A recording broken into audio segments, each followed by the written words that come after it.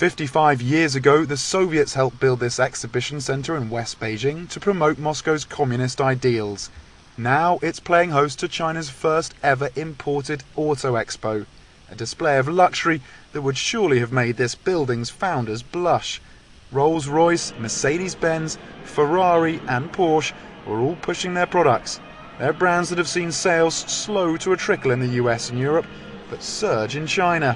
And that's despite the government slapping a hefty luxury tax on imported European cars last year. For Porsche, that added nearly $35,000 to each car they sold. Sales should have dropped. Instead, they rose.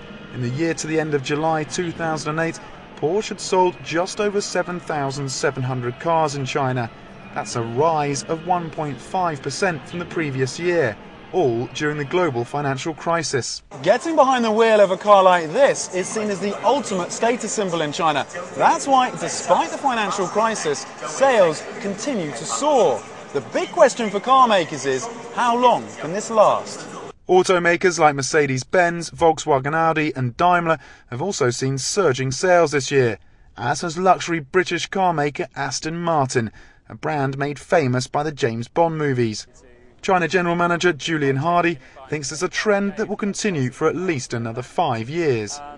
But yeah, I think the luxury car market certainly is going to continue to boom, and I think all of the luxury car manufacturers will have a very successful period of time before it does plateau. So I think we've certainly got a good 5 years ahead of us before we perhaps get to that level. And Harding says some of the biggest demand for luxury autos comes from the under-30s. We have the very young children of the very, very rich. We're selling a lot of cars to 24-year-olds.